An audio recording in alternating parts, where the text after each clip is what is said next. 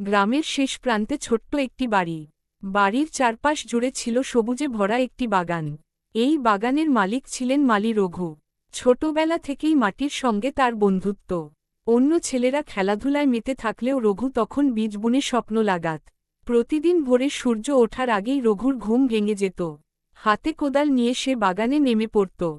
গাছের পাতায় জমে থাকা শিশির দেখে তার মনে হতো গাছগুলো যেন হাসছে।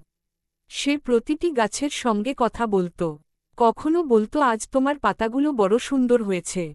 কখনো আবার আদর করে বলতো একটু ধৈর্য ধরো, ফল আসবে। রঘুর বাগানে ছিল নানান রকম গাছ। আম, কাঁঠাল, পেয়ারা, লেবু আর ফুলের গাছও কম ছিল না। গোলাপ, জবা, গাঁদা সব মিলিয়ে বাগানটা ছিল রঙিন স্বপ্নের মতো। গ্রামের মানুষ প্রায়ই এসে বলতো, রঘু, তোমার বাগান দেখলে মনটা ভালো হয়ে যায়। রঘু মুচকি হেসে বলতো, মাটিকে ভালোবাসলে মাটি কখনো কষ্ট দেয় না। একদিন গ্রামের বাজারে বড় খবর এল। পাশের শহর থেকে এক ব্যবসায়ী আসছে জমি কিনতে। সে নাকি বড় বাড়ি আর কারখানা বানাবে। অনেকেই লোভে পড়ে জমি বিক্রি করতে রাজি হয়ে গেল। ব্যবসায়ী রঘুর বাগানও কিনতে চাইল। অনেক টাকা দিতে চাইল সে। ব্যবসায়ী এসে রঘুকে বলল, এই বাগানের জায়গায় যদি বাড়ি হয় তাহলে তুমি আরও ভালোভাবে থাকতে পারবে। টাকা থাকলে সবকিছু সহজ। রঘু শান্ত গলায় বলল, আমার কাছে সবকিছু আগেই আছে। এই গাছগুলো আমার পরিবার, আমি এদের ছেড়ে যেতে পারবো না। ব্যবসায়ী হেসে বলল, গাছ দিয়ে পেট ভরে না। রঘু তখন মাটিতে হাত রেখে বলল, এই মাটিই আমাকে খাওয়ায়। এই গাছই আমাকে বাঁচিয়ে রাখে। ব্যবসায়ী আর কথা বাড়াল না, চলে গেল। কিছুদিন পর বড় ঝড় এল। প্রবল বাতাসে অনেকের ঘর ভেঙে গেল। ফসল নষ্ট হয়ে গেল। গ্রামের মানুষ খুব কষ্টে পড়ল। কিন্তু রঘুর বাগান ছিল অনেকটাই নিরাপদ। গাছের শিকড় মাটিকে শক্ত করে ধরে রেখেছিল। ঝড় থামার পর গ্রামের মানুষ রঘুর বাগানে আশ্রয় নিল।